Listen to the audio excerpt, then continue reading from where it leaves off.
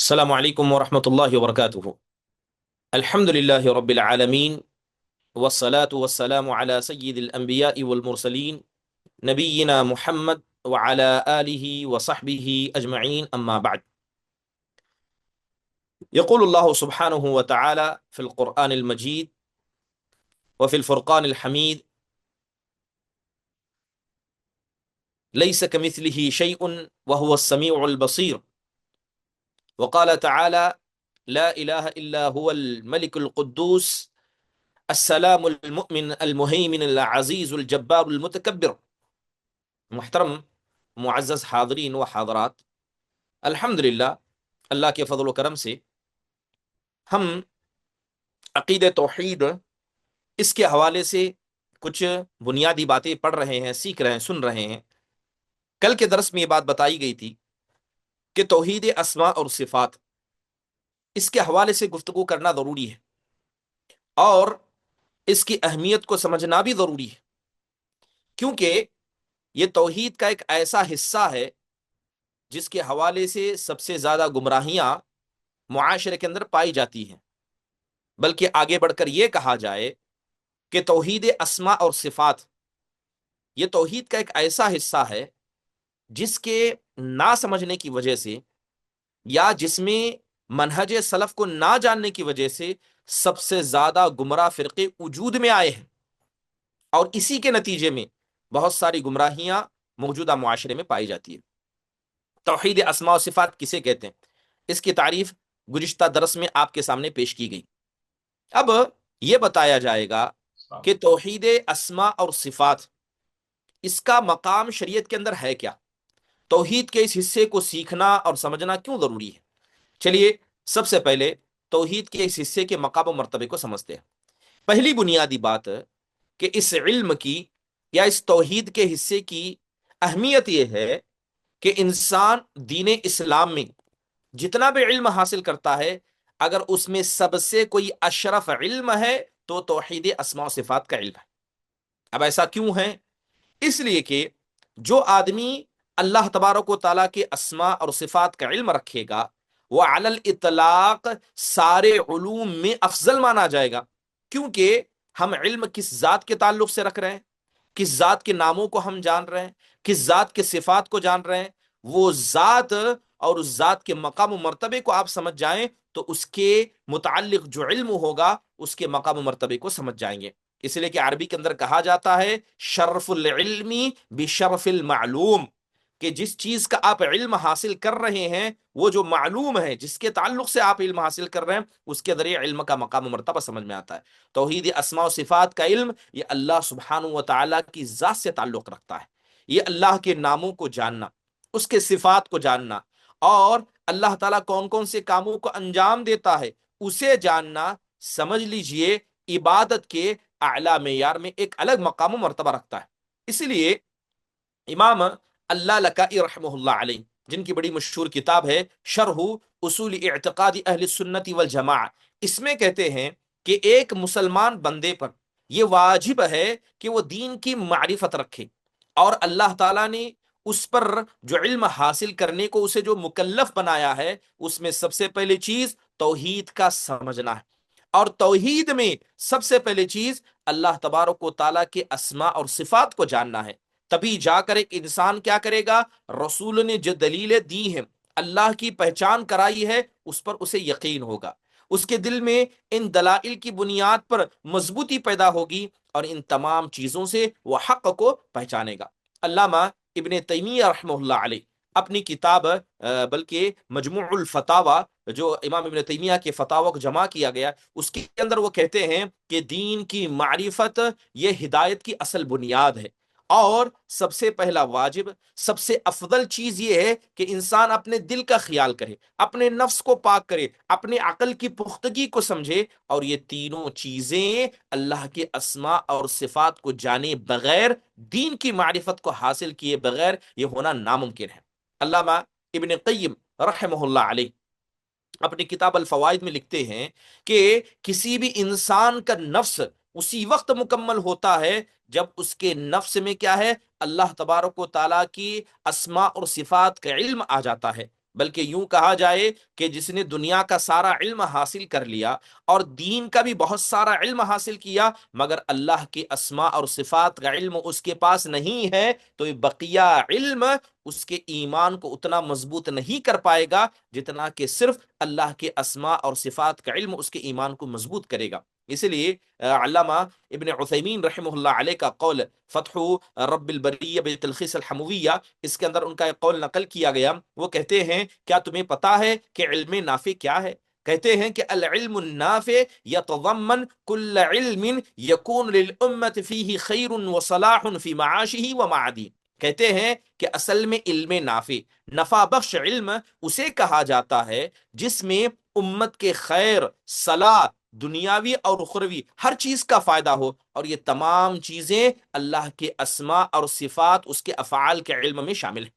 ٹھیک ہے، اس لیے کہتے ہیں کہ سب سے زیادہ جو علم ایک ایمان والے کو فائدہ پہنچاتا ہے اور رسالت الہیہ کا خلاصہ، نبی صلی اللہ علیہ وسلم کی دعوت کا نتیجہ اگر کوئی ہے تو وہ اللہ تعالیٰ کے اسماء اور صفات کا علم ہے، اور یہی چیز انسان کے قول، فعل، اس کے عقیدے کو مضبوط رکھتی ہے۔ سبحان اللہ، جب اتنی اہمیت یہ اللہ کے اسماء و صفات کا علم ہے تو لہذا آپ خود تصور کر سکتے ہیں کہ ہر مومن بندے کے لیے اس علم کا حاصل کرنا کتنا ضروری ہے۔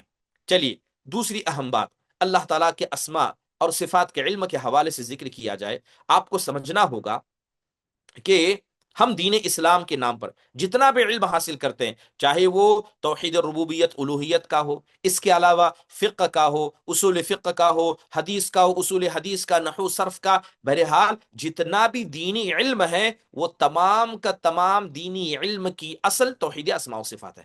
تمام دینی علم کی اصل بنیاد وہی ہے، کیونکہ اللہ تبارک و تعالیٰ کے ناموں کو جاننا، اس کے تقاضوں کو سمجھنا، اس کے معنی و مفہوم کو سمجھنا، گویا یوں سمجھیے کہ جب تک انسان اس کو نہیں سمجھے گا وہ اللہ تبارک و تعالیٰ کے مقام و مرتبے کو نہیں سمجھے گا۔ اور جو آدمی اللہ کی عبادت کرتا ہے وہ اللہ کے اسماء کو نہیں جانتا، اللہ کے صفات یعنی اللہ کی صلاحیتیں، اس کی قدرتیں، اس کی ایبلٹیز کو نہیں جانتا، تو وہ کیسے اللہ کا فرما بردار بنے گا؟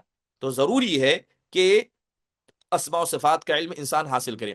اس لیے آپ دیکھیں کہ جتنا بھی علم ایک انسان حاصل کر سکتا ہے، جتنا بھی علم ایک انسان حاصل کر سکتا ہے، اس کے اندر اگر سر کا مقام اگر کوئی علم رکھتا ہے تو اس کی اصل کیا ہوگی؟ وہ توحید اسماء اور صفاتی ہوگی۔ چلیے اب اللہ تبارک و تعالیٰ نے ہمیں اپنی عبادت کے لیے پیدا کیا، اس میں کسی کو کوئی شک و شبہ نہیں ہے، لیکن سوال یہ ہے کہ آپ اللہ تبارک و تعالیٰ کی عبادت میں کیا مخلص ہو سکتے ہیں؟ کیا آپ اللہ تبارک و تعالیٰ کی عبادت میں اس کا حق ادا کر سکتے ہیں؟ کیا آپ اللہ تبارک و تعالیٰ کی عبادت میں اخلاص کے اس اعلیٰ معیار تک پہنچ سکتے ہیں جہاں انبیاء، صدیقین، شہداء اور صالحین پہنچے؟ یہ ہونا ناممکن ہے جب تک کہ آپ کو اللہ کے اسماء اور صفات کا علم نہ ہو جائے، بلکہ اللہ کی معرفت یہ دین اسلام کی بنیاد ہے۔ اس لیے علماء اکرام نے کہا کہ دین کی تین اصل بنیادیں ہیں۔ پہلی بنیاد اللہ کی معرفت حاصل کرنا، رسول صلی اللہ علیہ وسلم کی معرفت حاصل کرنا، اور تیسری چیز دین اسلام کی پہچان کرنا۔ امام محمد بن عبد الوہاب رحمہ اللہ نے اسی کی طرف اشارہ کیا۔ اب سوال یہ ہے کہ دین کا سب سے اہم حصہ اللہ کی پہچان کرنا ہے۔ آپ کو اللہ کے نام نہیں پتا، اللہ تعالیٰ کی صلاحیتیں، اس کی قابلیتیں، اس کے صفات نہیں پتا، اللہ کے افعال نہیں پتا، کیا کوئی آدمی ان چیزوں کو نہ جانے بغیر بھی اللہ کی معرفت حاصل کر سکتا ہے؟ ایسا کبھی نہیں ہو سکتا۔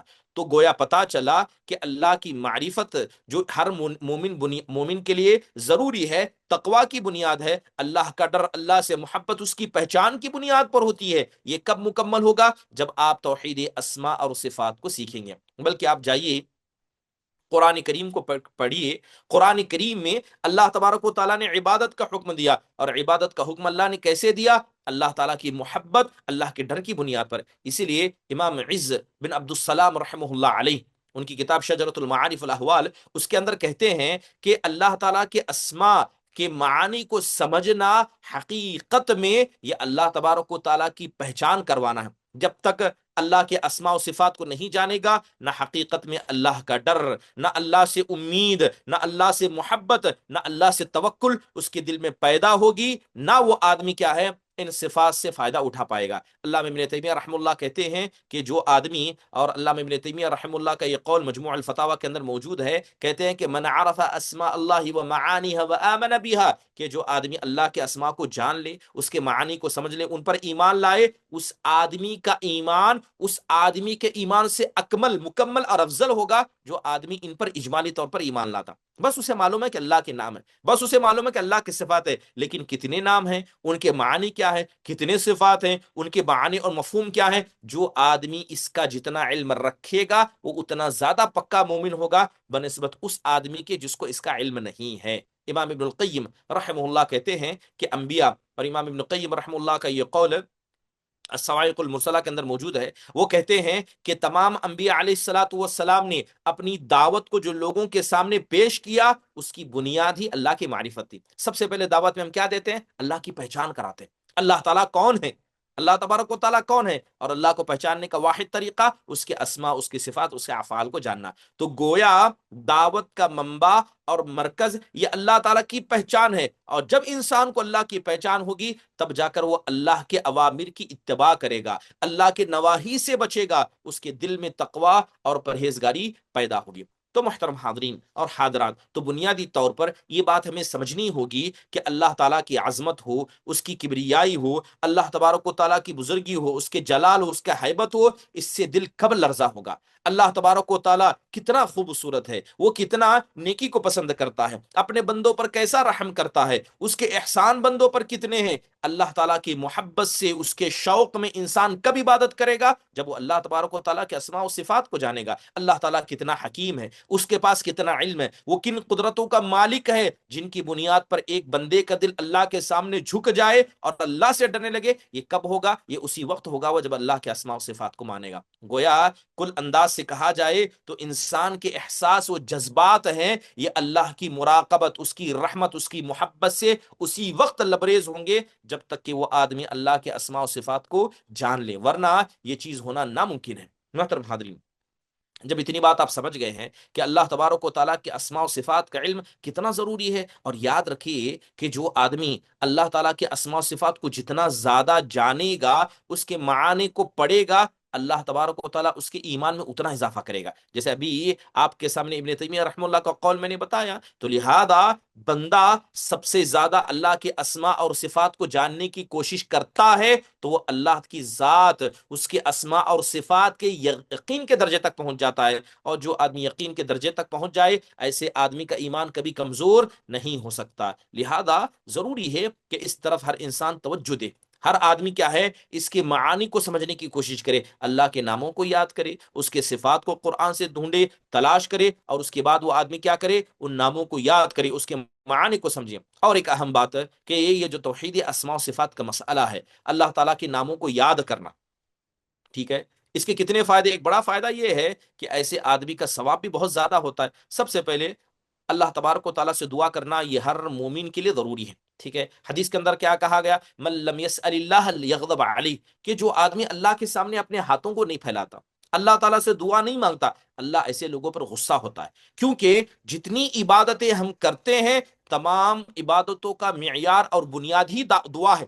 اس لیے کہا گیا الدعاء هو العبادہ، الدعاء مخ العبادہ، کہ دعا ہی ساری عبادت ہے، دعا ہی عبادتوں کی اصل ہے، اور دعا کرنے کا سب سے بہترین طریقہ اللہ کے ناموں کا سہارا لینا ہے۔ جیسے کہ سورہ اعراف میں اللہ کہتا ہے وَلِلَّهِ الْأَسْمَاءُ الْحُسْنَى فَادْعُوهُ بِهَا، کہ اللہ تعالیٰ کے بڑے پیارے پیارے نام ہیں، لہذا ان ناموں کا سہارا لے کر تم اللہ کو پکارا کرو۔ اب آدمی کو اللہ کے نام ہی نہیں پتا ہے اور تمام عبادتوں کا مرکز ہی دعا ہے، تو کیسے وہ آدمی دعا کرے گا؟ کیا اس کے دعا میں اثر ہوگا؟ ابو ہریرہ رضی اللہ عنہ سے ایک روایت ہے، صحیح بخاری اور مسلم دونوں کے اندر موجود ہے، وہ کہتے ہیں کہ اللہ کے نبی صلی اللہ علیہ وسلم نے کہا للہ 99 اسما 100 الا واحدہ لا يحفظها احد الا دخل الجنہ وهو وتر يحب الوتر وفي روایہ من احصاها دخل الجنہ۔ حضرت ابو ہریرہ کہتے ہیں کہ اللہ کے نبی نے کہا کہ بے شک اللہ کے 99 نام ہیں، جو آدمی ان کو یاد کرے گا، اس کے معنی و مفہوم کو سمجھے گا، اس کے تقاضے پر عمل کرے گا، وہ آدمی جنت میں داخل ہوگا۔ اللہ اکیلا ہے اور اللہ تبارک و تعالیٰ وطر کو پسند کرتا ہے۔ پھر آپ نے کہا کہ جس نے اس کو شمار کیا، اس کے معنی و مفہوم کو سمجھا، ایسا آدمی جنت میں داخل ہوگا۔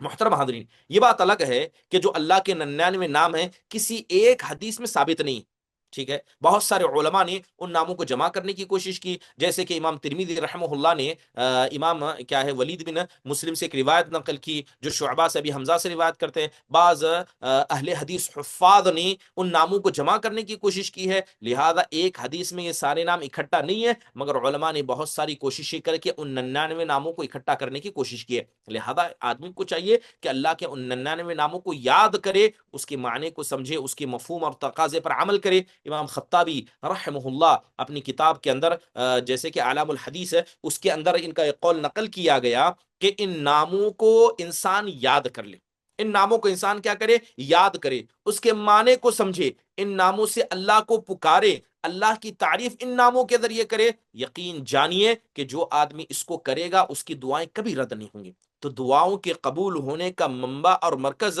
جس طرح انسان کا اخلاص ہے، اسی طرح اللہ کے ناموں کا سہارا لینا بھی ہے، اس لیے کہا گیا وہ احصا کل شیء عددا، کہ اللہ نے ہر چیز کا شمار کر کے رکھا ہے، اور اللہ تبارک و تعالیٰ نے اپنے ناموں کو ہمیں بتایا ہے تاکہ انسان انہیں شمار کرے، انہیں شمار کرے۔ اب انہیں یاد کرنے کا مطلب کیا ہے؟ یاد کرنے کا مطلب کیا صرف زبان سے رٹا مار لیا، 99 ناموں کو یاد کر لیا تو کیا وہ جنت میں داخل ہوگا؟ نہیں، یاد کرنے کا مطلب یہ ہے کہ آپ اس کے لفظ کو بھی یاد کریں، اس کے معنی کو بھی یاد کریں، ٹھیک ہے۔ دوسری چیز، آپ اللہ تبارک و تعالیٰ کو ناموں سے پکاریں، جیسے اللہ نے کہا فدعوہ بھی، اللہ تبارک و تعالیٰ سے وسیلہ لیں، ان اپنے دعا میں اللہ کے ناموں کا وسیلہ لیں، جیسے آپ کہیں یا ذل جلال والاکرام، یا حی یا قیوم، آپ اللہ کے ان ناموں کا سہارے لیں، اے اللہ تو زندہ ہے، اے اللہ تو قیوم ہے، اے جلال والے، اے اکرام والے، اللہ کے ناموں سے جب اللہ کو پکارا جاتا ہے، یقین جانیے یہ دعا کے مقبولیت کے ایک اہم طریقہ ہے۔ تیسری بات یہ ہے کہ اللہ کے ناموں کو یاد کرنے کا مطلب یہ ہے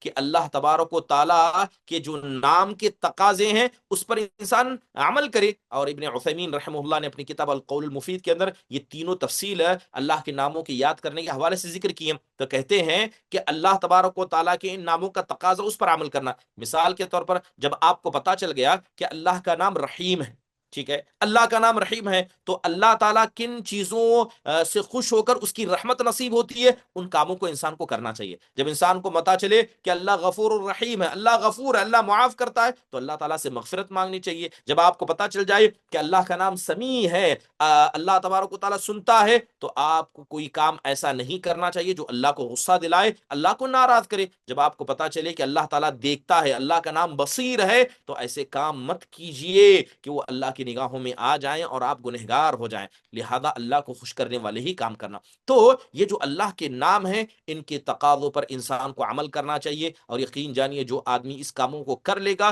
وہ یقین جانیے وہ اللہ تبارک و تعالیٰ کی اسماء اور صفات کا جو حقیقی فائدہ ہے اسے حاصل کرے گا۔ چلیے اللہ تبارک و تعالیٰ کے اسماء و صفات کے تعلق سے کچھ بنیادی باتیں آپ کو بتا دوں کہ جتنے بھی نام قرآن اور حدیث میں اللہ تبارک و تعالیٰ کے آئے ہیں انہیں ہو بہو انسان کو ماننا ہوگا، ٹھیک ہے۔ یہاں پر دو چیزیں، ایک اللہ کے نام ہے، ایک اللہ کے صفات ہیں۔ جو اللہ کے نام ہے اس کو آپ کو یاد کرنا ہے، جو اللہ کے صفات ہیں آپ ہر صفت سے کیا ہے، اللہ سبحانہ و تعالیٰ کا نام نہیں رکھ سکتے۔ اور دوسری بات یہ ہے کہ جو اللہ تبارک و تعالیٰ کے نام ہے وہ قرآن و حدیث سے لیے جائیں گے، اور جیسے کہ میں نے ذکر کیا کہ اگر کسی آدمی کو اللہ تعالیٰ کے نام یاد نہیں ہے تو کیا وہ آدمی مسلمان نہیں ہوگا، مسلمان نہیں رہے گا؟ ایسا نہیں ہے، لیکن اس کے اتنا علم سمجھنے کے بعد بھی اگر کوئی آدمی اللہ تبارک و تعالیٰ کے ناموں میں الحاد کرتا ہے یا تو ناموں کو یاد نہیں رکھتا ہے، یا یوں سمجھیے کہ وہ آدمی کیا ہے اللہ تبارک و تعالیٰ کے ناموں کے مسئلے میں اسے عام چیزیں سمجھتا ہے، یقین جانی وہ آدمی بہت ساری گمراہیوں کے اندر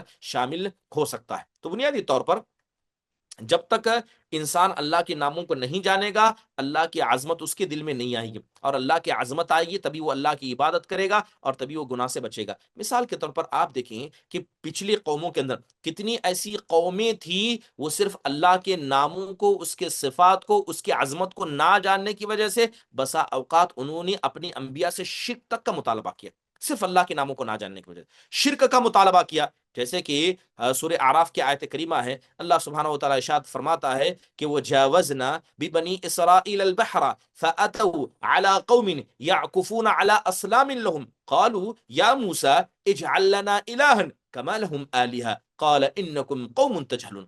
سبحان اللہ، اللہ تعالیٰ فرماتا ہے کہ جب بنی اسرائیل کو ہم نے سمندر سے پار کروایا، انہیں ڈوبنے سے بچا لیا، تو ان کا گزر ایک ایسے قوم سے ہوا جو ایک بت رکھ کر اس کی عبادت کر رہے تھے۔ تو یہ کہتے ہیں کہ موسیٰ، جس طرح ان کا ایک خدا بت ہے، آپ بھی ہمارے لیے ایسا ایک بت بنا دیجئے۔ تو حضرت موسیٰ نے کہا کہ تم تو جاہل قوم، تم تو جاہل قوم ہو۔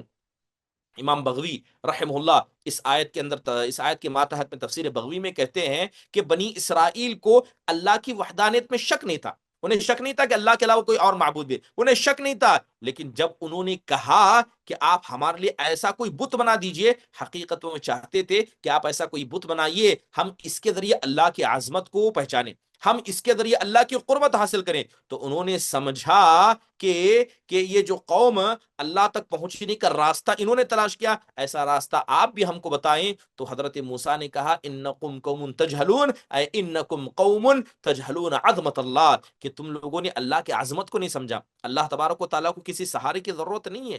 رات کے اندھیرے میں ایک کالی چونٹی کالے پتھر پر بھی چلتی ہے، اللہ اس کی آہٹ کو سننے کی طاقت رکھتا ہے۔ ایک آدمی گھر کے کونے میں ہے، ملبے میں دبا ہے، دل میں بھی اللہ کو پکارے، اللہ اسے سنتا ہے۔ یہ اللہ کی عظمت ہے۔ یہ اللہ کی عظمت انسان کو کب پتا ہوگی؟ اسماء و صفات کی وجہ سے۔ اور جن قوموں نے اللہ کے ناموں کو جاننے میں، اس کے صفات کو سمجھنے میں کوتاہی کی، وہ اس طرح کے شرک کے گڑھے میں بھی پڑ سکتے ہیں۔ بلکہ اس آیت کے ماتحت میں علامہ ابن کثیر رحمہ اللہ تفسیر ابن کثیر کے اندر ایک قول منقول ہے، وہ کہتے ہیں کہ حضرت موسیٰ نے ان سے کہا کہ تم اللہ کو تو ایک مانتے ہو، مگر اللہ کی عظمت، اس کی جلالت تمہارے دل میں نہیں آئی، تم نے اللہ کے ناموں کو، اس کے صفات کو نہیں جانا، لہذا اللہ کے صفات میں تم نے کسی کو شریک کرنا چاہا۔ اور آپ دیکھیں کہ جو مطالبہ بنی اسرائیل نے حضرت موسیٰ سے کیا تھا، کچھ نئے نئے صحابہ جو ابھی بھی نئے نئے مسلمان ہوئے تھے، انہوں نے بھی اللہ کے نبی صلی اللہ علیہ وسلم سے ایسا مطالبہ کیا۔ بڑی مشہور حدیث ہے،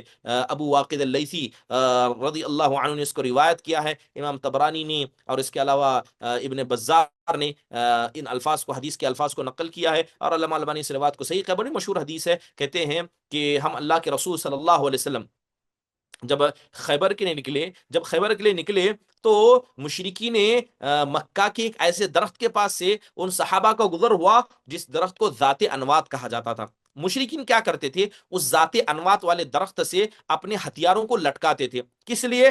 برکت کی نیت سے۔ تو لوگوں نے، صحابہ نے جو نئے نئے مسلمان تھے، وہ کہنے لگے یا رسول اللہ اجعل لنا ذات انوات کما لهم ذات انوات، اے اللہ کے نبی، ان کے پاس ایک درخت ہے، اس درخت سے وہ برکت لیتے ہیں اور ان کو مدد ملتی ہے، آپ ہمارے لیے بھی ایسا درخت بنا دیجئے۔ تو اللہ کے نبی صلی اللہ علیہ وسلم نے سنتے ہی کیا کہا؟ سبحان اللہ، ھذا کما قال قوم موسیٰ، یہ تو ایسی ہی بات ہوئی جیسے کہ قوم موسیٰ نے حضرت موسیٰ سے کہا تھا اجعل لنا الہا کما لهم آلہہ، کہ آپ ہمارے لیے ایسا خدا بنا دیجیے جیسا ان کا خدا، جیسا ایک خدا ان کے پاس ہے۔ تو آپ نے کہا والذی نفسی بیدہ لترکبن سنن من کان قبلکم، خدا کی قسم تم اپنے سے ما قبل امتوں کی سنتوں کی پوری اتباع کرو گے۔ محترم حاضرین، اللہ کے نبی علیہ الصلوۃ والسلام روایت میں آتا ہے آپ حنین کے لیے نکلے تھے، اور اس وقت کہا گیا کہ صحابہ نئے نئے مسلمان تھے۔ آپ دیکھیں کہ ملا علی قاری حنفی رحمہ اللہ اس کے ماتحت میں کیا کہتے ہیں؟ ملقات المفاتح میں کہتے ہیں کہ جب اللہ کے نبی حنین کے لیے نکلے، اور حنین کا واقعہ کب پیش آیا؟ یہ فتح مکہ کے بعد پیش آیا، اور نئے نئے نوجوان تھے جو مسلمان ہوئے تھے، انہیں آیات کے احکام کا اور حدیث وغیرہ کا اتنا علم نہیں تھا، لہذا سب سے اہم بات یہ تھی کہ ان کے پاس اللہ کی عظمت، اللہ کے اسماء و صفات کا علم نہیں تھا، لہذا وہ شریعت کی بنیادی چیزیں جانتے تھے مگر ان چیزوں کو نہیں جانتے تھے جن کا جاننا ہر ایمان والے کے لیے ضروری ہے۔ محترم حاضرین، توحید اسماء و صفات کو نہ جاننا بسا اوقات انسان کو شرک کے دروازے تک لے جاتا ہے۔ اور ایک بڑی مشہور حدیث حضرت ابو ہریرہ رضی اللہ عنہ کی جو بخاری مسلم کے اندر موجود ہے، وہ روایت بڑی مشہور ہے کہ پہلے زمانے میں ایک آدمی تھا جس نے گناہ کر کر کے زمین کو بھر دیا تھا۔ جب اس کے موت کا وقت آیا تو اس نے اپنے بچوں کو بلایا اور اس نے کہا اذا انا مت فاحرقونی، پھر اس نے کہا ثم اطحنونی ثم ذرونی فی الریح فواللہ لئن قدر علی ربی لیعذبنی عذابا ما عذبه احد فلما مات فعل به ذلك۔ اللہ کے نبی علیہ الصلوۃ والسلام کہتے ہیں تم سے پہلے زمانے میں ایک آدمی تھا، جب اس کی موت کا وقت قریب آیا تو اس نے اپنے بچوں کو بلا کر کہا کہ جب میں مر جاؤں تو مجھے تم جلا دینا، جلانے کے بعد میری راکھ کو بالکل پیس دینا، ٹھیک ہے، پھر اسے ہوا میں اڑا دینا اور بعض کو پانی میں بہا دینا، خدا کی قسم اگر اللہ تعالیٰ نے مجھے صحیح سالم جسم کے ساتھ پا لیا تو میرے گناہ اتنے ہیں کہ اللہ ایسا عذاب مجھے دے گا کہ ویسا عذاب اللہ نے کسی اور کو نہیں دیا ہوگا. وہ مرنے کے بعد اس کے بچوں نے ایسا ہی کیا تو اللہ تعالیٰ نے زمین کو حکم دیا اجمعی ما فیک منہ، کہ اللہ نے زمین کو حکم دیا اے زمین تیرے پاس اس انسان کے جو جو ٹکڑے سب کو تو جمع کر. ففعلت، حدیث کے اندر آتا ہے کہ زمین نے اللہ کے حکم کو مانا. فاذا هو قائم، گویا وہ اللہ تعالیٰ کے سامنے بالکل کھڑا تھا، وہ اللہ کے سامنے کھڑا تھا. فقال، تو اللہ نے کہا ما حملک علی ما صنعت، یہ تو بتا کہ تو نے ایسا کیوں کیا. تو اس نے کہا یا ربی خشیتک، کہنے لگا اللہ تیرے ڈر سے میں نے ایسا کیا. تو اللہ تعالیٰ نے اس کے گناہوں کو معاف کیا. اب دیکھیے امام خطابی رحمہ اللہ علیہ، امام خطابی فتح الباری نے، ابن حجر نے ابن فتح الباری جو امام ابن حجر رحمہ اللہ کی کتاب ہے، امام خطابی کے یہ قول انہوں نے نقل کیا ہے. وہ کہتے ہیں کہ اللہ نے اس کے گناہوں کو معاف کیسے کیا، معاف کیسے کیا، جبکہ وہ آدمی یہ سمجھ رہا تھا کہ اگر میں مر جاؤں گا اور مرنے کے بعد مجھے راکھ میں اڑا دیا جائے گا، اللہ مجھے دوبارہ زندہ نہیں کر پائے گا. کیا وہ اللہ تعالیٰ کی قدرت، یعنی اللہ مرنے کے بعد دوبارہ اٹھائے گا، اس پر ایمان رکھتا تھا؟ اگر رکھتا تو ایسا کبھی نہیں کرتا. تو صحیح جواب یہ ہے کہ اس آدمی نے کبھی قیامت کا انکار نہیں کیا، قیامت کا انکار نہیں کیا، بلکہ وہ جاہل تھا اللہ تعالیٰ کی قدرت کے مسئلے میں. اسے لگا کہ اگر میں مر جاؤں گا، میرے بچے مجھے جلا دیں گے، آگ میں جلا کر میری راکھ کو اڑا دیں گے، تو اللہ تبارک و تعالیٰ مجھے دوبارہ اکٹھا نہیں کرے گا. وہ اللہ کی قدرت میں، اللہ کی قدرت کے مسئلے میں اس نے ایسا کیا. یقین جانیے اگر اللہ تعالیٰ کی قدرت کا اسے علم ہوتا تو وہ کبھی ایسا کام نہیں کرتا. لہذا اسے شک اللہ تبارک و تعالیٰ کی قدرت میں تھا کہ اللہ دوبارہ اسے زندہ کرنے میں ایسا مسئلہ نہیں کرے گا. ورنہ وہ آدمی کیا ہے، یقین جانیے اس بات پر ایمان رکھتا تھا جیسے ہم بعث بعد الموت کہتے ہیں. تو اتنی باتوں سے یہ بات ہمیں سمجھ میں آئی کہ اللہ تعالیٰ کے اسماء اور صفات میں جب انسان کوتاہی کرتا ہے تو یہ کوتاہی بسا اوقات انسان کو شرک کے دروازے تک لے جاتی ہے. اسماء و صفات کے مسئلے میں کچھ بنیادی باتیں اگر آپ کے سامنے رکھی جائیں تو اسماء و صفات کا باب اس کو سمجھنا ضروری ہے. کیوں سمجھنا ضروری ہے؟ کہ آج بہت سارے مسلمان اللہ تبارک و تعالیٰ کے ناموں کے مسئلے میں بڑے گمراہ نظر آتے ہیں. ٹھیک ہے، اللہ تعالیٰ کی، ابھی اگر میں کھل کر آپ کے سامنے کہوں تو آپ نے ہمارے ہندوستان میں موجود ایک قرآن کو دیکھا، ہندوستان میں موجود ایک قرآن کو دیکھا ہے. آپ اگر اس قرآن کو کھولیں گے تو اس کے اندر آپ کو اللہ کے 99 نام نظر آئیں گے، اور اس سے بڑھ کر کہا جائے تو اللہ تبارک و تعالیٰ کی 99 حدیث، اللہ کے نبی علیہ الصلوۃ والسلام کے بھی 99 نام نظر آئیں گے. ایک طرف اللہ تعالیٰ کے 99 نام ہیں اور دوسری طرف کس کے ہیں؟ اللہ کے نبی علیہ الصلوۃ والسلام کے 99 نام. لوگ سمجھتے ہیں کہ یہ جو 99 نام اللہ تعالیٰ کے بیان کیے گئے وہ صحیح نام ہیں، حالانکہ ان ناموں میں کتنے ایسے گمراہ نام ہیں جو حقیقت میں اللہ کے ناموں میں شامل ہی نہیں ہیں، اور لوگ ان کو لے کر کیا سمجھتے ہیں کہ یہ اللہ تبارک و تعالیٰ کے حقیقی نام ہے. اور ایسے گمراہ ناموں کو لے کر لوگ اپنے بچوں کے، اپنے گھر والوں کا نام رکھتے ہیں. میں بس کچھ ناموں کی طرف اشارہ کروں گا، میں کچھ ناموں کی طرف اشارہ کروں گا، اس سے آپ کو سمجھ میں آئے گا کہ اللہ کے ناموں کے حوالے سے ہمارے معاشرے میں کتنی قسم کی گمراہی پائی جاتی ہے. ٹھیک ہے، اب صحیح نام جو حدیث رسول صلی اللہ علیہ وسلم سے ثابت ہے، تقریباً ان کے عدد علماء نے اکٹھا کیے کہ جو صحیح نام اللہ تبارک و تعالیٰ کے قرآن و حدیث سے بالکل ثابت ہیں. اگر ان ناموں کی فہرست کو نکالیں تو بڑی مشکل سے 106 110 نام نکلیں گے. پہلے ان گمراہ ناموں کو میں آپ کے سامنے ذکر کر دیتا ہوں جو اللہ کے نام نہیں ہیں. بعض اللہ کے صفات ہیں انہیں اللہ کا نام بتا دیا گا. جیسے اللہ تبارک و تعالیٰ کی جو نام نہیں ہے اس کے اندر سب سے پہلے آتا ہے الباقی. عبد الباقی رکھنا یہ اللہ کا نام نہیں ہے. الدائم، الضار، النافع، بہت سارے لوگ عبد النافع رکھتے ہیں، یہ اللہ کا نام نہیں ہے. المبدی، عبد المبدی رکھنا. المعید، عبد المعید رکھنا. یہ جتنے نام میں ذکر کر رہا ہوں یہ اللہ کے نام نہیں ہے.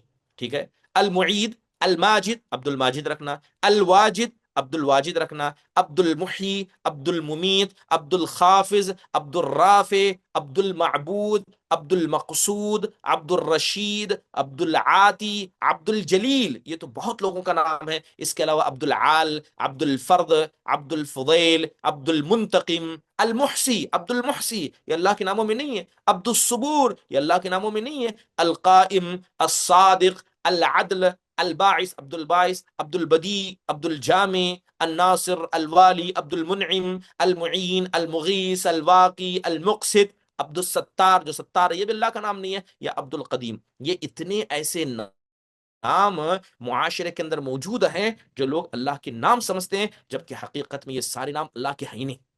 ان میں سے بعض اللہ کی صفات ہیں، لوگوں نے اللہ کی صفات سے اللہ کے نام رکھے۔ آپ ملک عزیز میں جو قرآن موجود ہے اسے اٹھا کر دیکھیے تو آپ کو سمجھ میں آئے گا کہ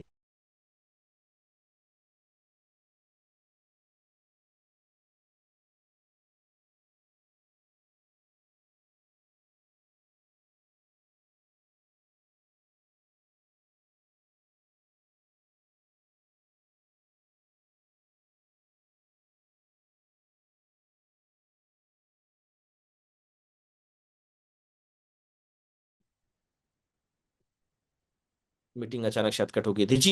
تو صحیح ناموں کا تذکرہ چل رہا تھا کہ اللہ تبارک و تعالیٰ کے صحیح ناموں میں عبداللہ، عبد الالہ، عبد الرب، عبد الرحمن، عبد الرحیم، عبد المالک، عبد الملک، عبد الملیک یا کے ساتھ، عبد القدوس، عبد السلام، عبد المؤمن، عبد المہیمن، عبد العزیز، عبد الجبار، عبد المتکبر، عبد الخالق، عبد الخلاق، عبد الباری، عبد المصور، عبد الحکیم، عبد الحکم، عبد الکبیر، عبد الخبیر، عبد الحلیم، عبد المجید، عبد الحق، عبد المقیت، عبد الحصیب، عبد المبین، عبد الوکیل، عبد الرقیب، عبد الودود، عبد القوی، عبد المتین، عبد الحمید، عبد المولى، عبد الولی، عبد الحی، عبد الغافر، عبد الغفور، عبد الغفار، عبد القاہر، عبد القہار، عبد الوہاب، عبد الرزاق اور عبد الرازق، عبد الفتاح، عبد العلیم، عبد السمیع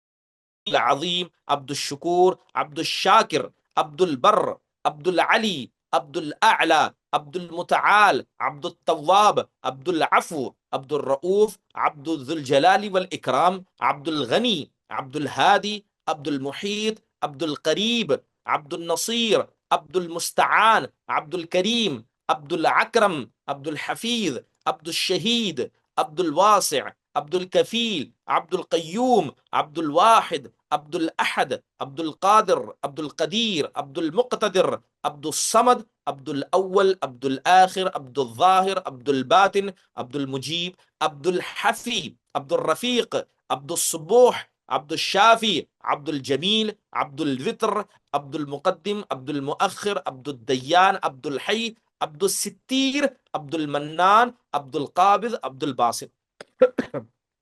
تو اس اعتبار سے یہ تقریباً 100 نام میں نے اللہ سبحانہ و تعالیٰ کے جو صحیح ہیں آپ کے سامنے گنا دیا۔ ابھی جیسے میں نے ذکر کیا کہ عبد الستار یہ اللہ کے ناموں میں نہیں ہے، بلکہ اللہ تعالیٰ کے صحیح ناموں میں الستیر ہے۔ جیسے کہ ابو داؤد کی ایک روایت ہے، علامہ البانی نے اس روایت کو صحیح قرار دیا، اس کے اندر آیا ہے کہ ان اللہ حی ستیر، کہ اللہ تبارک و تعالیٰ وہ حی ہے، زندہ ہے، اور اللہ ستیر ہے، یعنی وہ بندوں کے رازوں کو بہت زیادہ چھپاتا ہے، وہ اس ستر کو پسند کرتا ہے۔ اللہ پسند نہیں کرتا کہ بندہ کھل کر گناہ کرے یا گناہوں کو لوگوں کے سامنے چھپائے۔ اس کے علاوہ جو 100 نام کے علاوہ اور بقیہ نام ہیں، جیسے اگر کوئی نام عبد السید رکھے، عبد المحسن، عبد الطیب، عبد المسعر، عبد الجواد، عبد المعطی، تقریباً یہ 6 نام ہیں۔ انشاءاللہ تعالی اس کی ایک مکمل PDF میرے پاس موجود ہے، الجدول الوجیز فی لحفظ اسماء اللہ الحسنى، یہ ایک مکمل جدول ہے جس کے اندر اللہ تعالیٰ کے 106 صحیح نام ہیں، اور آخری صفحے میں، ایک دم آخری صفحے میں جتنے غلط ناموں کو میں نے ذکر کیا وہ بھی غلط نام موجود ہیں۔ انشاءاللہ تعالیٰ گروپ میں اس PDF کو بھیج دیا جائے گا، اس سے ضرور فائدہ اٹھائیں، اپنے بچوں کا، اپنے گھر کے بچوں کا نام صحیح اللہ تبارک و تعالیٰ کے ناموں پر رکھیں، اور جو آدمی غلط ناموں کا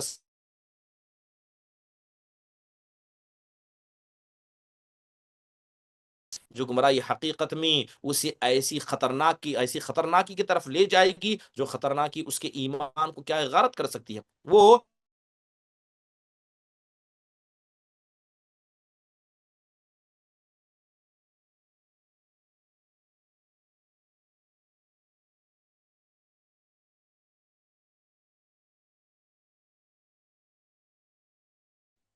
اللہ تبارک و تعالیٰ کے ناموں میں کسی بھی قسم کا اگر کھلواڑ کرے گا تو ایسے آدمی کا ایمان بڑا ہی مشکل ہوگا کہ وہ صحیح سالم رہ پائے۔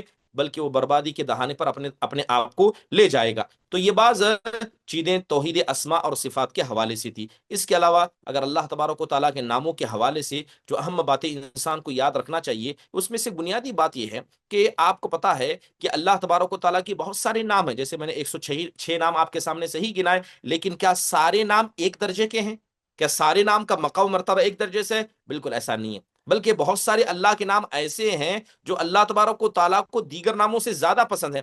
تو ناموں میں بھی، یعنی اللہ کے ناموں میں کچھ نام بڑے ہیں اور اللہ کے ناموں میں کچھ نام ایسے ہیں جو چھوٹے تو نہیں کہیں گے، لیکن اس کا مقام مرتبہ دوسرے ناموں سے کم ہے۔ تو گویا اللہ کے ناموں میں بھی تفاضل ہے، اسی لیے انسان جب اللہ سے دعا کرے تو ان ناموں کا سہارا سب سے زیادہ لے، سب سے پہلے لے جو نام حقیقت میں اللہ کو دیگر ناموں سے سب سے زیادہ پسند ہے۔ جیسے مثال کے طور پر انسان دعا کرتے ہوئے کہے اللہم انی اسألک بانی اشہد انک انت اللہ لا الہ الا انت الاحد الصمد الذی لم یلد ولم یولد ولم یکن لہ کفوا احد۔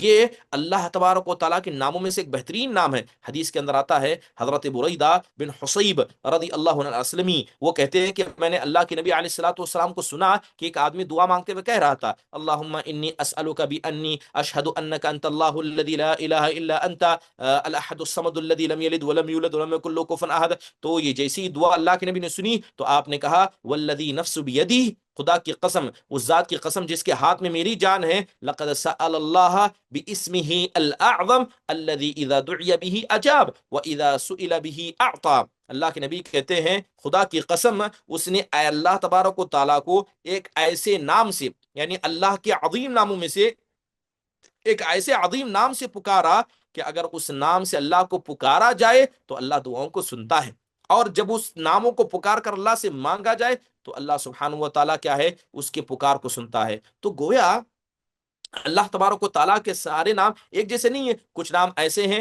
جو بڑے عظیم ہیں، کچھ نام ایسے ہیں جو بڑے مقام و مرتبے کے ہیں۔ اب بنیادی طور پر اگر زیادہ تفصیل میں نہ جاتے ہوئے بنیادی طور پر آپ کو کہا جائے کہ اللہ تبارک و تعالیٰ کے نام دو طرح کے، ایک نام ایسے جس میں اللہ تبارک و تعالیٰ کی طاقت، اس کی قدرت، اس کے قہر، اس کے غضب کا ذکر ہے، دوسری طرف کچھ نام اللہ تعالیٰ کے ایسے ہیں جس کے اندر اللہ تبارک و تعالیٰ کی رحمت، اس کی مغفرت اور اس کے کمال کا ذکر ہے۔ تو ایسے ناموں کو اختیار کرنا زیادہ بہتر ہے جس میں اللہ تعالیٰ کی رحمت کا ذکر ہوتا ہے۔ میں ایسا کیوں کہہ رہا ہوں؟ حالانکہ جیسے مثال کے طور پر عبد الجبار، عبد القہار، یہ نام رکھنا صحیح ہے، لیکن اس کے مقابلے میں عبد الرحمن، عبد الرحیم رکھنا یہ اللہ کو زیادہ پسند ہے، کیونکہ جن ناموں میں اللہ کی رحمت ہوتی ہے یہ نام اللہ کو ان ناموں کے مقابلے میں زیادہ پسند ہے۔ ایسا کیوں ہے؟ کیونکہ ایک طرف اللہ تعالیٰ کی صفت رحمت ہے تو دوسرے طرف اللہ تبارک و تعالیٰ کی صفت کیا ہے؟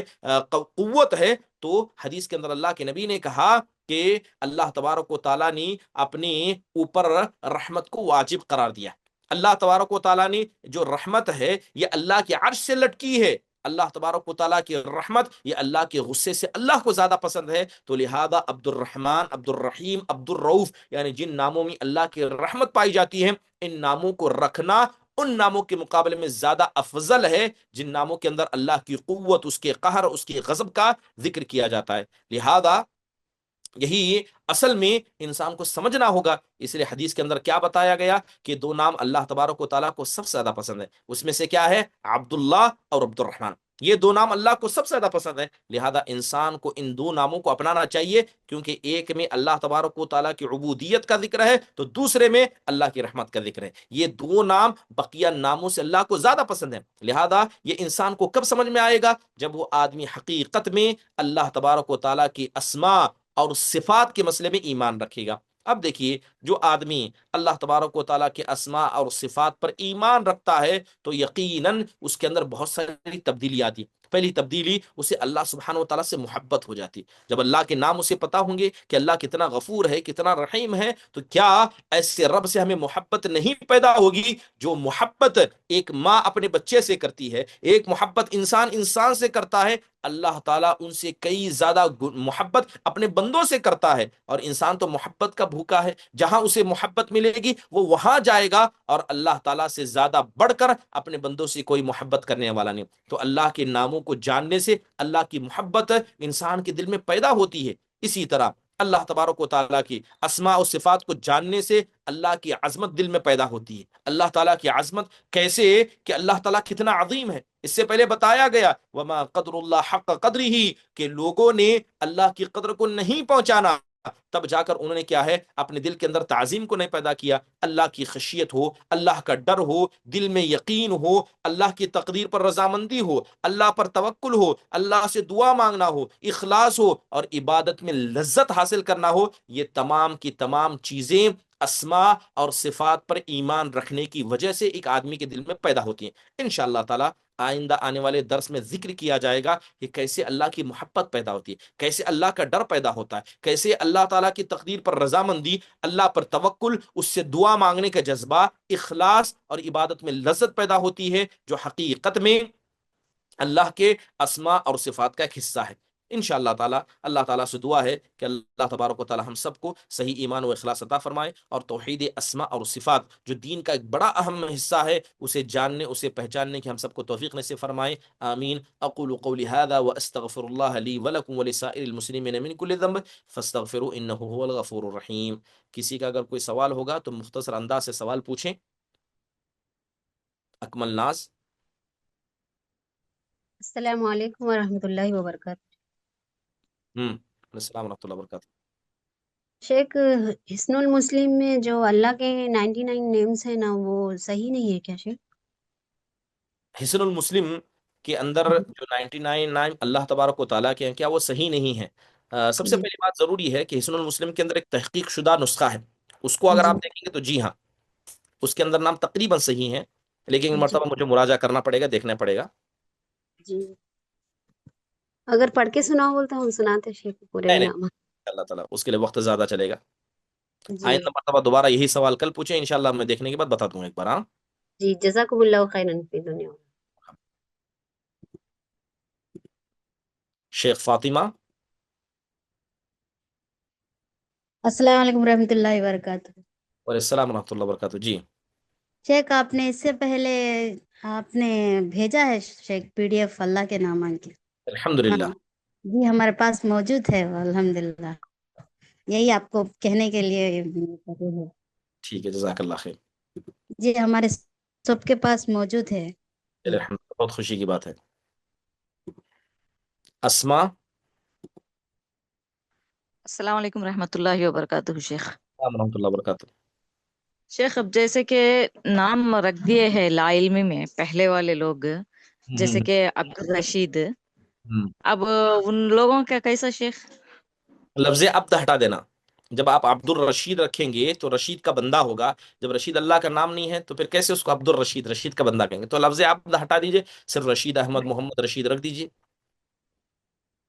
رکھنے کا نہیں شیخ, ہمارے شوہر کا نام ہے.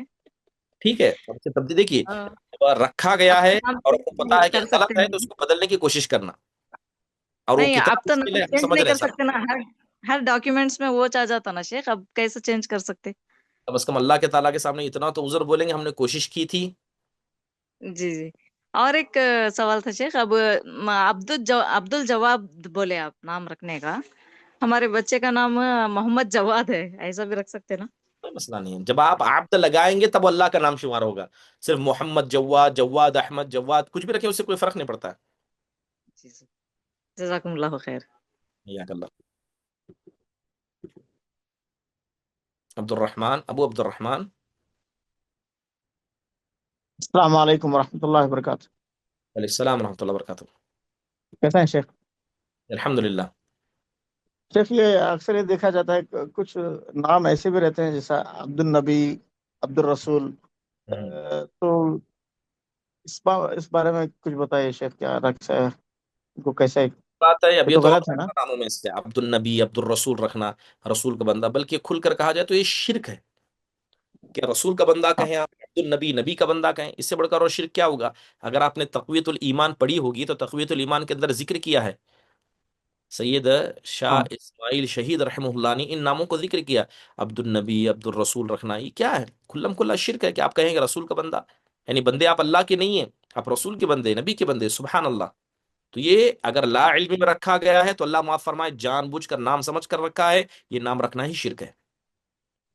ہاں، جیسا آپ کسی نے رکھ دیا ہے ایسا نام، یہ کہا جاتا ہے کہ جو نام پہلے رکھا جاتا ہے اسی نام سے قیامت کے دن بھی بلایا جاتا ہے نا دیکھیے اس شخص کو. جی ہاں صحیح بات ہے کہ انسان کو اس کے باپ کے نام سے بلایا جاتا ہے کہ فلاں کا بیٹا، فلاں کا بندہ، فلاں کا بچہ. ٹھیک ہے، ہاں ہاں، تو غلط ہو گیا. اب جو غلط ہے وہ غلط ہے، جو نام رکھ دیا ہاں گا اسی سے بلایا جائے گا. اور بہت سارے نام ایسے رکھے جاتے ہیں جن کا کوئی مطلب نہیں ہوتا ہے، بس نام رکھنے کے لیے نام ہے. ہاں، بے شک. نام اللہ کے ٹھیک ناموں ہے، میں ہے جزاک اللہ جیسے خیر. وسیم. وسیم کیا مطلب اس نام کا؟ چہرہ جس کا خوبصورت ہے اس کو وسیم کہا جاتا ہے. کیا مطلب؟ نام کا کوئی مطلب ہے نہیں، لیکن رکھ دیا گیا تو رکھ دیا گیا ہے. جزاک اللہ خیر. حیاک اللہ، مرحبا. یس کی انجم. السلام علیکم ورحمۃ اللہ وبرکاتہ. السلام ورحمۃ اللہ وبرکاتہ. عبد الکلیم صفت میں سے ہے یا نام میں سے ہے شیخ؟ نہیں، صفات میں سے ہے. عبد صفات الکلام. میں سے. جی ہاں، کلیم، ہاں. جی عبد صفات میں الکلیم. سے. کلام یہ اللہ تعالیٰ کی صفت ہے، اور جیسے آپ کو بتایا کہ ہر صفت سے اللہ کا نام نہیں رکھ سکتے. ہاں، جو نام ہے صرف وہی نام رکھنا. تو صرف کلیم رکھ سکتے. جی رکھ سکتے ہیں، تب اچھا. وہ اللہ کا نام نہیں نہ ہوگا. ہاں، جی ہاں، جزاک اللہ خیر. حیاک اللہ. اکمل ناز. امینہ سعد. السلام علیکم ورحمۃ اللہ وبرکاتہ شیخ. السلام ورحمۃ اللہ وبرکاتہ. شیخ اب صحیح نام اگر دیکھنا ہے تو کہاں سے چیک کرے تو ملتا ہے شیخ؟ کیونکہ اب حسن المسلم میں بھی کیا ہے، آپ جو نام بولے تھے وہ نہیں رکھنے کے، صرف اس کے ایٹریبیوٹس کے نام بھی اس میں ہے حسن المسلم میں. تو صحیح نام اگر لینا ہے تو اللہ کے نام کہاں سے میں ابھی چیک پی ڈی ایف کا ذکر کرا تھا نا، تو گروپ جی میں پی ڈی ایف بھیج دیا گیا. اگر گروپ میں ہے تو انشاءاللہ پھر دوبارہ پی ڈی ایف بھیجا جائے گا. اس سے لیجیے، جی بالکل صحیح نام ہے. ہاں، جی جی شیخ، جزاک اللہ، جزاک اللہ خیر و حسن الجزا. ارسل علی.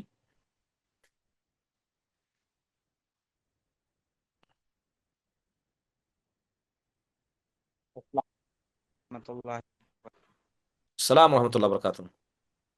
شیخ میرا سوال یہ تھا کہ جیسے میرے والدین نے میرا نام ارشل رکھے تھے، تو یہ عرش جو ہے وہ صفت ہوتی ہے اللہ، تو ارشل کہاں تک کے صحیح ہوگا نام؟ عرش، عرش ہے. ارسل یہ کیا ہے؟ جی آپ ارسل لکھے نا، تو جی عرش عرش ہے. اور یہ اللہ تعالیٰ کی صفات ہے، یہ اللہ کی مخلوق ہے. عرش جی، اللہ تعالیٰ کی. جی اللہ کی ایک مخلوق ہے عرش. جی، بلکہ مخلوق ہے. جی مخلوقات ہے، سب سے بڑی مخلوق عرش ہے. جی تو اللہ کی صفات نہیں ہے، یہ نہ صفت ہے نہ جی اللہ جی. کا نام ہے. یہ اللہ تعالیٰ کے مخلوق کا ایک نام ہے. تو جیسے سر یہ کرسی نام رکھ سکتے ہیں عرش؟ عرش ہے، عرشیہ ہے. ایسے نام نہیں رکھنے چاہیے صحیح دیکھا جائے تو. ٹھیک ہے، اللہ تعالیٰ کے سر نام رکھیے، یا ایسے نام رکھیے جس کا معنی اچھا ہے. خواتین کے نام رکھنا صحابیات کے نام پر رکھیے، اس نیت سے کہ اللہ تعالیٰ وہ کردار ان کو عطا کرے. ناموں میں معنی اہم ہوتا ہے، اس کا پروناؤنسیشن اہم نہیں ہوتا ہے. ہمارے یہاں پروناؤنسیشن پر زیادہ توجہ دیتے ہیں. یونیک نام ہونا، سب سے بہتر ہونا، ایسا ہونا ویسا ہونا، لوگ نہیں رکھے ہونا تاکہ بولنے میں اچھا لگے. معنی کچھ بھی ہو، یہ سب غیر درست عمل ہے، نہیں کرنا چاہیے. اکمل ناز. جی شیخ. محمد اکمل احمد، محمد افضل احمد، حسنا ناز، ایسے نام رکھ سکتے تھے. وہی مسئلہ آئے گا ڈبل ڈبل ناموں رکھنے کا. کس نیت سے آپ نے نام رکھا ہے، معنی سوچ کر رکھا ہے، یا کیا نام رکھا ہے. مطلب دادا کے نام سے محمد زبیر محمد ظافر احمد، محمد زبیر احمد، ایسا سسرال والے کا رہتا نا شیخ، سیم بچوں کا بھی سیم ویسا ہی آ جاتا نا. اب وہ کیا ہے، مقصد نیم رکھنے کا ایک جیسا دکھانا، نیکی ناموں کا اثر پڑنا، یہ مقصد نہیں ہے. تو یاد رکھیے بس اس کے حد تک ہی نام ہوں گے، جبکہ ناموں کا اثر شخصیتوں پر پڑتا ہے. جب آپ نے نام ہی باپ دادا کے نام پر رکھے، کوئی نیت ہی آپ کی نہیں تھی، تو اس نام کا کوئی فائدہ اس بچے کے لیے نہیں ہوگا. نام رکھیے اللہ کے نام پر اس نیت کے ساتھ کہ اللہ تبارک و تعالیٰ، جیسے مثال کے طور پر عبداللہ رکھا، تو حقیقت میں یہ اللہ کا بندہ بنے گا. اللہ تعالیٰ اسے اپنا مکمل بندہ بنائے، جو ہماری زندگی کا مقصد ہے. بہترین نام ہے. اگر نیت ہی نہیں صرف باپ دادا کے نام پر رکھنا ہے تو رکھ دیا، اتنا ہی نام ہے، نام کا کوئی اثر نہیں پڑے گا. نہیں شیخ، ہم اکمل اکمل تو دینکم سورہ معاہدہ کے آئے تھے نا شیخ، دین وہی مکمل بات ہے. آئی کہ اللہ کا نام ہے اکمل. نہیں شیخ. قرآن کا ہر حصے تھوڑی آپ رکھیں گے. سعیر جہنم، جہنم کو اس کو کہا جاتا ہے. کوئی آدمی اپنا نام سعیر احمد رکھے، قرآن میں ہے بولے تو؟ محمد جہنم رکھ دے کوئی نہ، یہ کیا مطلب؟ قرآن کی ہر چیز سے آپ نام تھوڑی رکھ سکتے ہیں. اور اللہ معاف فرمائے، ہمارے ملک ہندوستان میں یا پڑوسی ممالک میں ایسے ہی ہوتا تھا. بلکہ ہمارے ایک استاد جو سعودی عرب کے تھے، اللہ مغفرت فرمائے، قریب میں ان کا انتقال ہوا، علی بن ابو سیف علی الجہنی. وہ پڑھاتے ہوتے کہتے تھے تم ہندوستانیوں کا مسئلہ، شرق اوسط کا مسئلہ، قرآن کھولتے جہاں نام پڑھا، جہاں انگلی رکھے وہ قرآن کے نام رکھتے تم لوگ. تو مذاق میں ایسے ہی بولتے تھے، کوئی محمد جہنم رکھ لیا، کوئی سعید احمد رکھ لیا. تو وہ اس طرح کا، اور حقیقت میں وہ نہیں کیا مذاق اڑا رہے ہیں، وہ حقیقت میں ذکر کرتے ہیں ایسا ہوتا ہے. اور کئی لوگوں کا نام ایسا دیکھا گیا ہے. سبحان اللہ. تو اب ایسا نہیں ہے کہ قرآن میں ہے تو نام رکھا جائے، اللہ کا نام ہے تو رکھیے، اچھا نام ہے تو رکھیے. جی شیخ جزاکم اللہ خیر. اب یہ جو ہے نا، جیسے خواتین کرتی ہے نا کہ چوڑیاں ایک جیسی میچ ہوتی ہے نا، کپڑے ایک میچ ہونا، وہ نام بھی میچ رکھنے کے لیے رکھتے ہیں. سبحان اللہ، یہ سب کیا ہے؟ نام غیر درست عمل ہے، نہیں کرنا چاہیے سب. حقیقت میں ناموں کے مسئلے میں کھلواڑ نہیں کرنا چاہیے. اور اس میں ناموں کے مسئلے میں انسان کو بچ کر رہنا چاہیے. اللہ کے نام رکھے جی بہتر ہے. اسماء. السلام علیکم رحمۃ اللہ وبرکاتہ. شیخ السلام ورحمۃ اللہ وبرکاتہ. شیخ یہ سرفراز بول کے نام رکھتے نا شیخ، یہ بھی رکھ سکتے کیا؟ یہ اللہ کے ناموں میں تو نہیں ہے نا؟ نہیں نہیں نہیں نہیں. اب نہیں نام رکھ سکتے. ہمارے یہاں اردو میں دیکھیے، نام یا تو عربی زبان کے ہوں گے، یا تو فارسی زبان کے ہوں گے، یا تو پھر جیسے ہمارے یہاں رکھتے اردو میں. ٹھیک ہے. اب ہر نام کا معنی ہوتا ہے. کیا نام سے رکھیں گے؟ سرفراز. سرفراز کا مطلب کیا ہوتا ہے؟ جب اس کے مطلب کو سر آپ سمجھیں گے تو کیا سچ میں وہ معنی آپ مراد لے رہے ہیں؟ سب سے بہترین نام اللہ کے، اس سے بڑھ کر کوئی نہیں. اللہ کے نام رکھیے جی تو جی انشاءاللہ تعالی اللہ کی جو صفت ہے، ہاں، اور اس امید سے رکھنا. جیسے عبد الغفار آپ نے رکھا، کہ اللہ تبارک و تعالیٰ اس نام نیت سے رکھنے کہ اللہ ہمارے بچے کو معاف کرے گا، اور یہ بچہ بھی آگے چل کر لوگوں کو معاف کرنے والا بنے گا، تو بہت اچھی بات ہے. سرفراز رکھ دیا کہ انسان فنا ہونے والا، دوسروں کے لیے قربان کرنے والا. اسما. جی چلیے اچھی بات ہے. ملان. برکاتہ شیخ. اور السلام ورحمۃ اللہ وبرکاتہ. جی میرے بیٹے کا ہے نام عبداللہ رکھے تھے، پیدا ہوتے ہی ہوں ہمارے بھیا نکو بول کے ارشد بول کر رکھے، ارشد بول کر رکھے شے. ہوں نہیں کرنا یہ چاہیے تھا. نام بہت بہترین نام تھا، اللہ کے پسندیدہ ناموں میں سے ہے. اس نیت سے رکھنا کہ اس نام کی برکت اس کی بندگی زندگی میں آئے گی، وہ حقیقت میں اللہ کا بندہ بنے گا. اب یہ ہے کہ 10 بچوں کا نام ہے تو سب کا الگ الگ ہونا. جائیے سعودی عرب کے اندر، سبحان اللہ، کتنے ایسے مشائخ کی بچوں کو دیکھا، عبداللہ 1، عبداللہ 2، عبداللہ 3، عبد الرحمن 1، سارے بچوں کا نام عبداللہ، عبد الرحمن. بیٹے کا ہاں نام عبداللہ، باپ کا نام عبداللہ، دادا پردادا سب کا نام عبداللہ. نام اللہ کو خوش کرنے کے لیے رکھنا ہے. ٹھیک ہے، چاہے وہ میچ کرے مس میچ کرے، اس سے فرق نہیں پڑتا. بس نیت انسان کی صحیح ہونی چاہیے. یہ ساری چیزیں اللہ کے تقوی، اللہ سے محبت کی بنیاد پر ہوتا ہے. نہیں کرنا چاہیے تھا ان کو بولیے عبداللہ، یہ اللہ کے پسندیدہ ناموں میں سے، اس کو باقی رکھیے. چلے چیٹ باکس میں کچھ سوال ہے. کیا شیخ بغیر اللہ کے نام، عبد کے بغیر، اچھا بغیر عبد کے کیا صرف اللہ، لفظی اللہ رکھ سکتے ہیں؟ نہیں رکھ سکتے. یہ اللہ کے ساتھ خاص ہے. الرحمن الرحیم، یہ اللہ کے صفات، اللہ کے نام ہے. بغیر عبد لگائے ہوئے آپ نہیں رکھ سکتے. بغیر عبد لگائے اللہ کا کوئی نام نہیں رکھ سکتے. اس کے علاوہ